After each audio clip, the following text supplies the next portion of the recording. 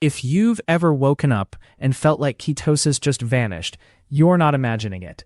Overnight shifts can happen fast, and they're usually predictable once you know the triggers. The key is this: ketosis is not a fragile on or off switch, but it is sensitive to what raises insulin and what refills glycogen. Even small choices at dinner, late-night snacks, or drinks can push your body back toward glucose use by morning. Sometimes it's not food at all.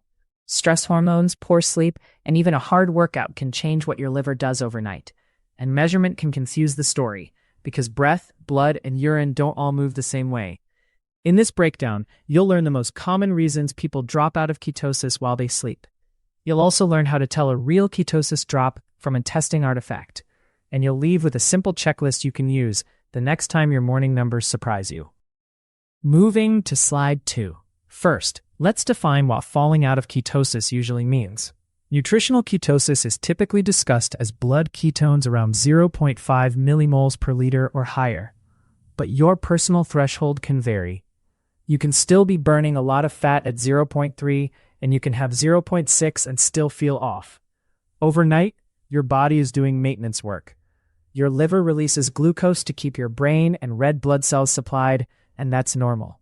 The question is whether that glucose output stays modest, or whether it ramps up because glycogen is topped off or insulin is elevated. If insulin rises, ketone production tends to drop because the liver gets the signal that energy is plentiful. Another piece is timing. A late meal can keep insulin elevated deeper into the night than you think. So overnight often really means the last 4 hours before bed. Once you see it that way, the causes become easier to spot and fix. Moving to slide 3.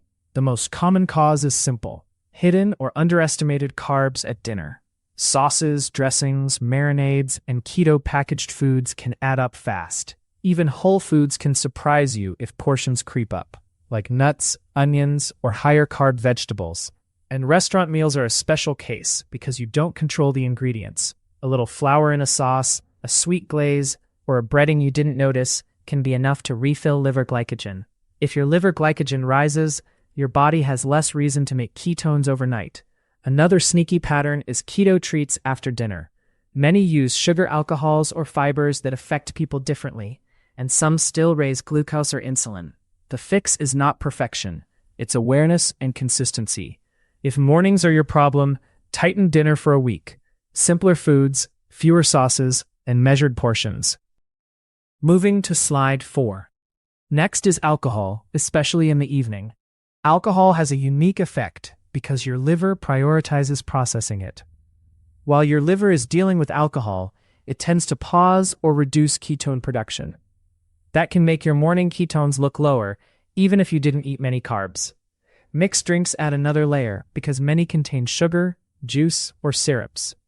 Even dry wines and spirits can still shift your metabolism for hours. Another issue is sleep quality. Alcohol can fragment sleep, and poor sleep can raise stress hormones, which can raise morning glucose. So you get a double hit: less ketone production overnight, plus a higher glucose wake-up. If you want to test whether alcohol is your trigger, keep everything else the same and remove alcohol for a week. If your morning ketones rebound and your fasting glucose calms down, you've found a major lever. Moving to slide 5. A big one people miss is protein that's higher than your body needs, especially late. Protein is essential, but it can be converted into glucose through a process called gluconeogenesis. That process is demand-driven, but the demand can increase overnight if your liver is trying to keep blood sugar stable. If dinner is very lean protein with not much fat, some people see lower ketones the next morning. It's not that protein is bad, it's that the balance and timing matter. Another factor is your training and body size. A larger, more active person can handle more protein without seeing a ketone dip. A smaller person or someone early in keto might see bigger swings. If your pattern is big steak late equals low morning ketones, try shifting protein earlier, adding more non-starchy vegetables, and including enough fat to feel satisfied. Then track the trend, not one single morning. Moving to slide 6. Now let's talk about the healthy foods that can still knock you down overnight. Fruit, honey, and smoothies are obvious, but the tricky ones are starches that look harmless. Things like rice cakes, oats, sweet potatoes, or even a small serving of beans can refill glycogen quickly. And then there's dessert like dairy. Milk, mini yogurts, and even some cottage cheeses contain more lactose than people expect. Another sleeper issue is late-night just-a-bite snacking. A few crackers, a handful of chips, or even a couple of bites of someone else's food can be enough to change your morning. The reason is timing. Late carbs hit when your body is least likely to burn them off through movement. If you want a clean experiment, keep carbs earlier in the day and make the last meal very low carb. Your morning readings often become much more predictable. Moving to slide 7. Sometimes the cause isn't what you ate, but how you slept. Poor sleep can increase cortisol and other stress signals, and that can push your liver to release more glucose in the early morning. This is often called the dawn phenomenon. You wake up with higher glucose, and ketones can look lower because your body temporarily leans on glucose. You might notice this after a short night, a late bedtime, or fragmented sleep. Snoring and sleep apnea can make it worse because repeated oxygen drops stress the body. Another clue is how you feel. If you wake up wired, thirsty, or unusually hungry, stress hormones may be involved. The practical move is to treat sleep as part of your keto plan. Keep a consistent bedtime, reduce late caffeine, and keep the bedroom cool and dark. Better sleep can improve morning numbers without changing a single gram of carbs. Moving to slide 8. Stress during the day can also show up in your morning ketones. When you're under pressure, your body releases cortisol and adrenaline to mobilize energy. That energy often comes from glucose made or released by the liver. If that signal stays high into the evening, your baseline insulin can be a bit higher, and ketone output can be a bit lower. This is why some people do everything right with food and still see inconsistent mornings during tough weeks. Another factor is late-night screen time or intense mental work. It can keep your nervous system activated when you want it winding down. The goal isn't to eliminate stress. It's to build a short decompression routine that tells your body the day is over. A 10-minute walk after dinner, light stretching, or slow breathing can be enough. When stress is the driver, these small habits can change your morning readings more than cutting another 5 grams of carbs. Moving to slide 9. Hard training can also make you think you fell out overnight, even when you didn't. After intense strength training or intervals, your body may release glucose to support recovery. Stress hormones rise during and after tough sessions, and that can temporarily raise blood sugar. At the same time, your muscles may refill glycogen, especially if you're newer to keto or you trained very hard. The next morning, ketones can read lower because your body is prioritizing recovery fuel. Here's the twist. This can be a good sign. It may mean you trained hard enough to create demand. The better question is how you feel and what the trend looks like over several days. If training days always produce lower morning ketones, try moving the workout earlier, or make dinner simpler and lower carb on those days. Also consider hydration and electrolytes, because dehydration can distort readings and make recovery feel worse than it is. Moving to slide 10. Hydration and electrolytes deserve their own spotlight. When you're low carb, your kidneys tend to excrete more sodium and water follows. If you go to bed underhydrated, you can wake up with higher stress hormones and a higher glucose reading. Also, dehydration concentrates what's in your blood, which can make numbers look worse than the underlying reality. Low sodium can also make sleep lighter and increase early waking.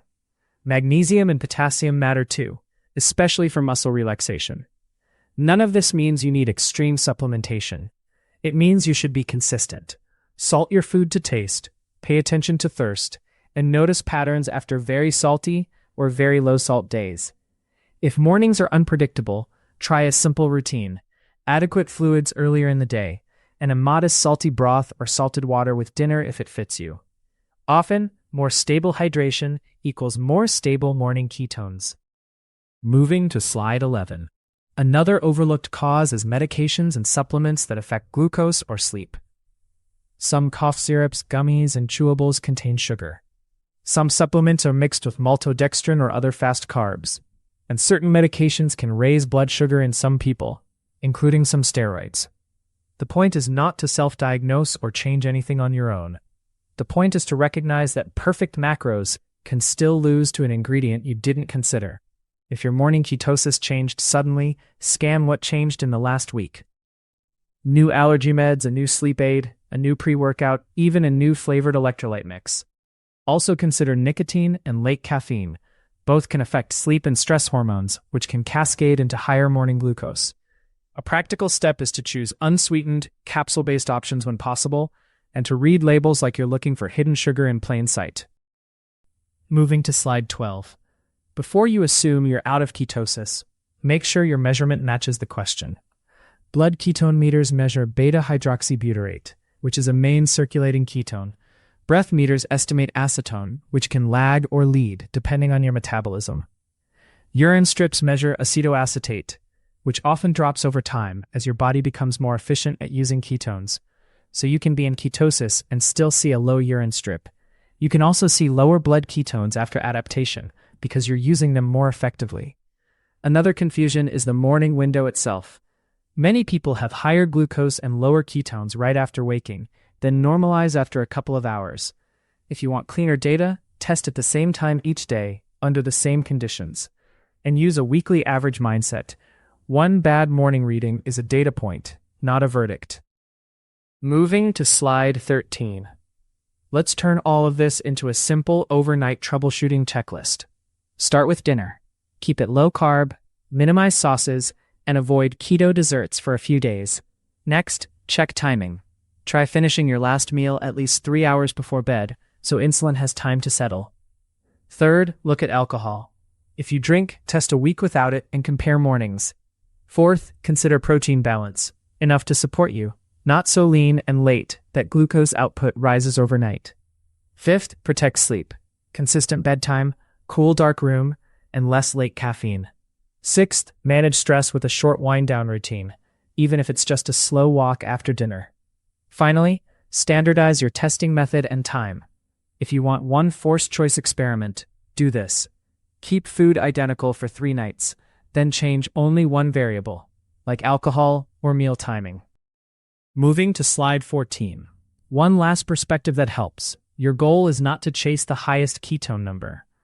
The real goal is metabolic flexibility and consistency you can live with. Some people feel great at modest ketones and steady energy. Others prefer deeper ketosis and tighter carbs.